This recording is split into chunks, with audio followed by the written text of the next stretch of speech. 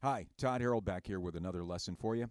What we're going to do is we're going to think about a rhythmic. Because when you play 16th notes, you can go 1 and a 2 and a 3 and a 4 and a, or you can break it up into other ways. Now, a very famous way of doing this, I like to think of as the Stairway to Heaven way. Of course, it's associated. It's not. That's not really what it is, but that's the way I think of it. Because the first time I heard it, when you hear the end of Stairway to Heaven, dun dun, gun gun, ba, right? So the way that you break that down is 16 notes, 4 threes, and 2 twos. 1 2 3 1 2 3 1 2 3 1 2 3 1 2 1 2, and you got 16. So there's all sorts of ways that you can interpret 1 2 3 1 2 3 1 2 3 1 2 3 1 2 1 2. Okay? We're going to show you some of the ways we're going to apply famous drum licks or famous things that people do to that. And we'll start off with just the most basic way of doing this. We'll play it on the hi-hat with some accents on the bass drum. So this is 1 2 3 1 2 3 1 2 3 1 2 3 1 2 1 2.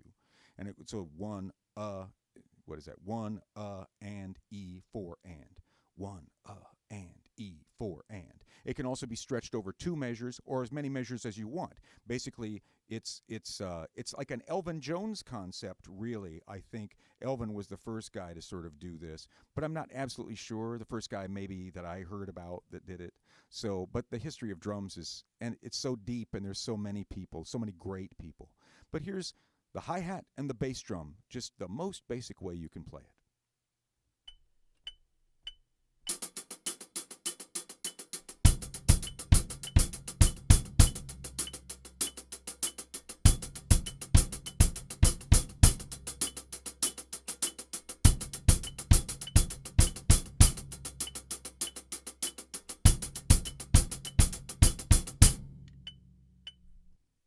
Now let's take that concept and move it over to the basic notes, playing the 16th notes on the snare and doing the accent pattern on the hi-hat as barks. You know what bark is, right? Bernard Purdie, Idris Muhammad, ka, ka, ka, ka, da, da. Let's hear it.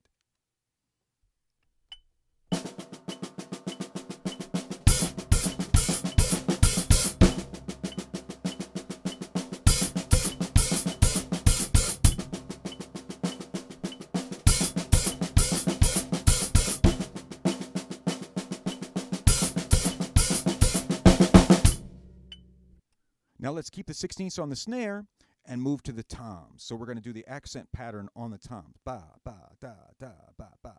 Let's check that out.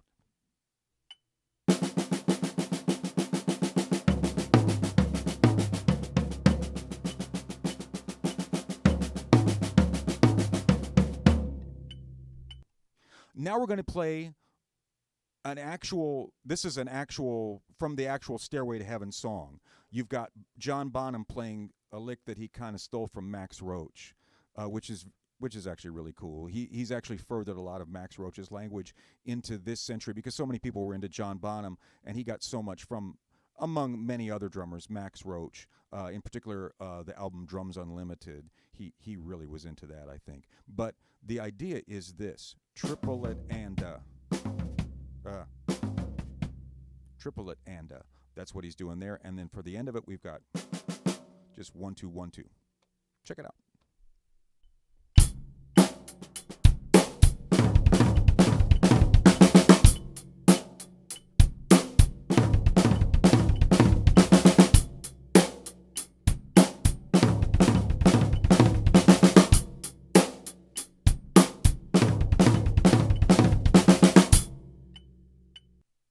So that's a simpler variation of a lick that John Bonham played based on that pattern, 3 3 3 3. Is that right? 3 3 3 3 2 2. That he plays. It's a simpler variation on a lick that he plays during the guitar solo on Stairway to Heaven. Now we're going to challenge ourselves a little bit, and instead of just playing ba da da da, we're going to go at the end. Put that in very quickly at the end. Triplet and triplet and. So we're going to use that variation, make it a little bit more challenging. It still stays within the context of that pattern, 3 3 3 3 2 2.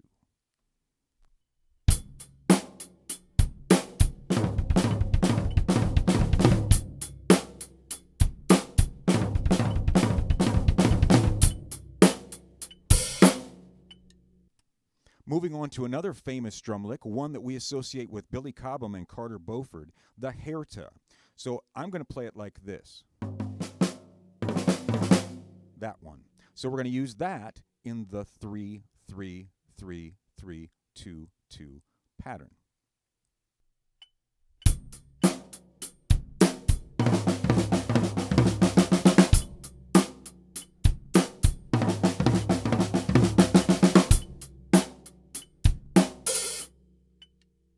So you'll notice that right at the end, I just had, right?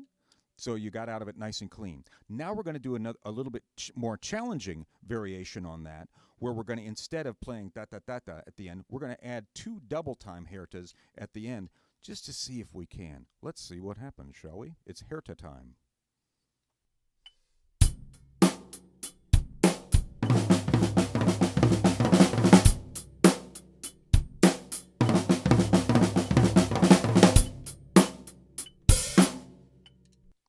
Now let's talk about a lick that we've most closely associated with Mr. Tony Williams, one of the great drummers of all time, the bluzda, the bluzda. So you've got like a triplet thing. It goes like this. Flam, right, right, left. That's the way I'm playing it here. Flam, right, right, left. But I'm doing it within the context of 3-3-3-3-1. Or, yeah.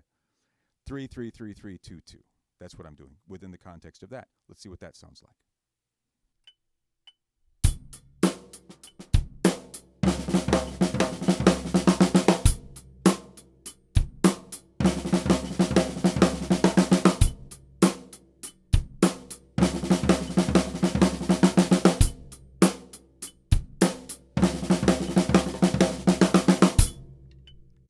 Now I'm going to slow the metronome down. We've been doing this at 100 on the metronome, and I think it's really important that you work with a metronome. I know that there are varying degrees of importance to that, depending on who you are and who you study with, but for me, you should always work with a source of time. I know that when Alan Dawson taught his students, he would put the metronome, if you were playing at 100, he would put it on 50 to see how hard you could work, to put it either on 1 and 3 or 2 and 4, and I would definitely recommend that. And if you've got it on like 16th notes all the time, I would try to take those away. And there are drummers, when I studied with Jeff Sipe, he was into putting the click on the E.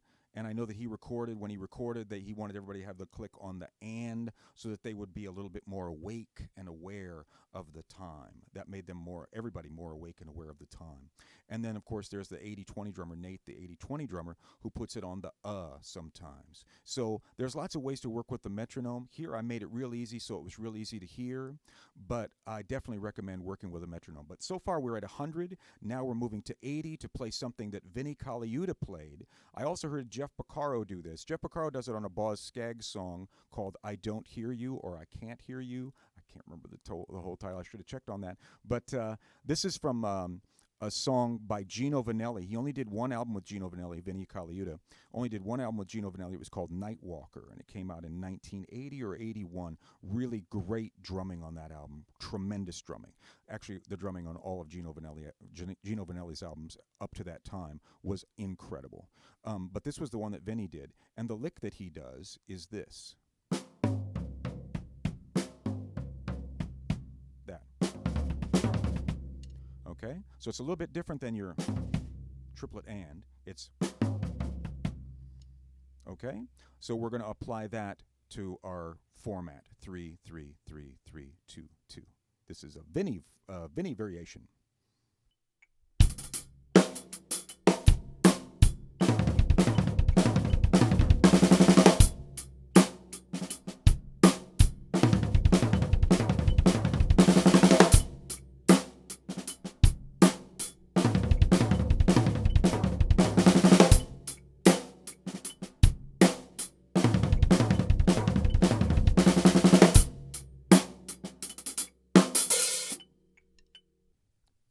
Now we're moving the metronome back up, and we're going to approach a drum lick that I picked up from Stanton Moore, a gentleman that I've had the honor of studying with a little bit. And what he does here is he's basically playing what I've heard people describe as the paradiddle. So it's just right, left, left. And what he does is he goes, or this is my variation. It might even not even be what he did. You know, it might be, but that's part of the great thing about checking stuff out. You can see something and go, oh, I know what that was. And if you're wrong, then it's yours. But anyway, what I saw him do, maybe, is this. Bark at the end. And that works perfectly if you put a little tie in at the end for it to be the 3-3-3-3-2-2. Check it out.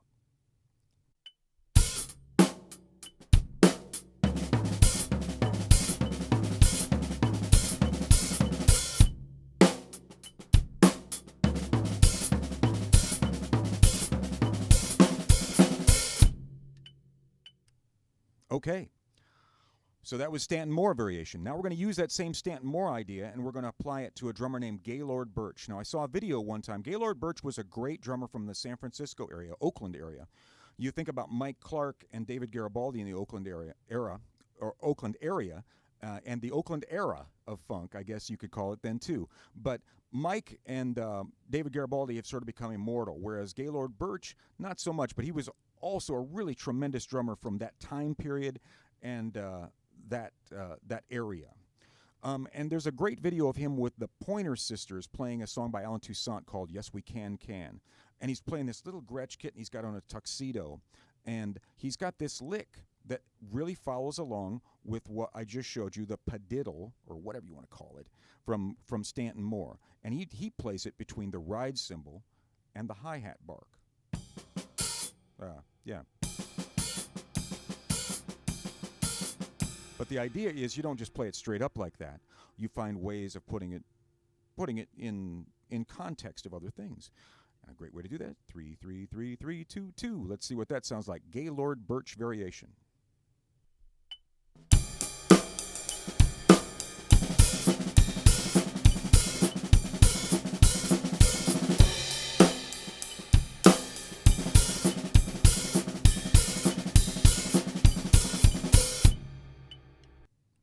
Okay, staying with that same concept. Look at all the stuff you can do with just this concept right here.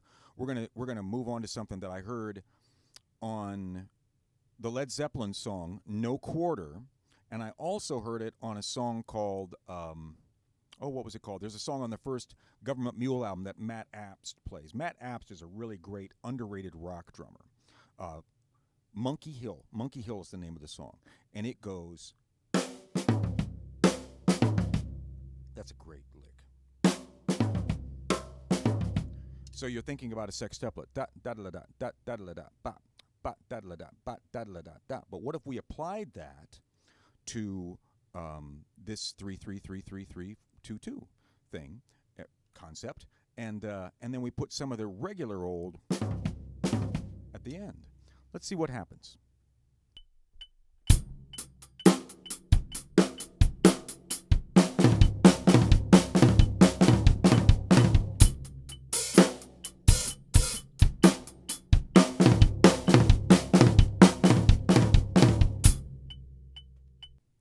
Now we're just going to look at a simple old paradiddle diddle and see what we can do with a paradiddle diddle. Paradiddle diddle. That's what we're going to do. Okay? See what we can do with that, utilizing this concept.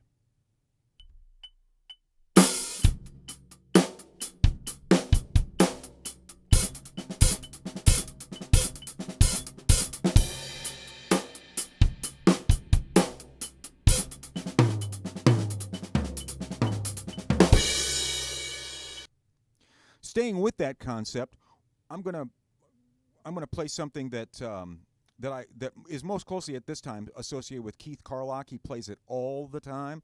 There's video all over YouTube of Keith Carlock showing you how to play this, but originally comes from Elvin Jones.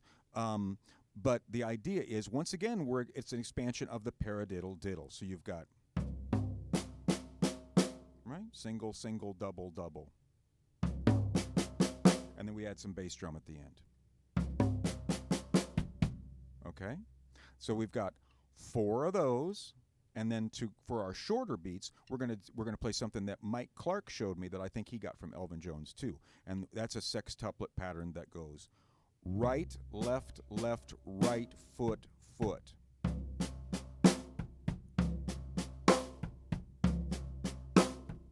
Which is a really great lick. I've heard Peter Erskine play that too. So you've got your, what I refer to as the Elvin Keith Carlock paradiddle diddle bass thing, and then you've got the at the end to clean it up, take it home. 3, 3, 3, 3, 2, 2. Let's see how it works.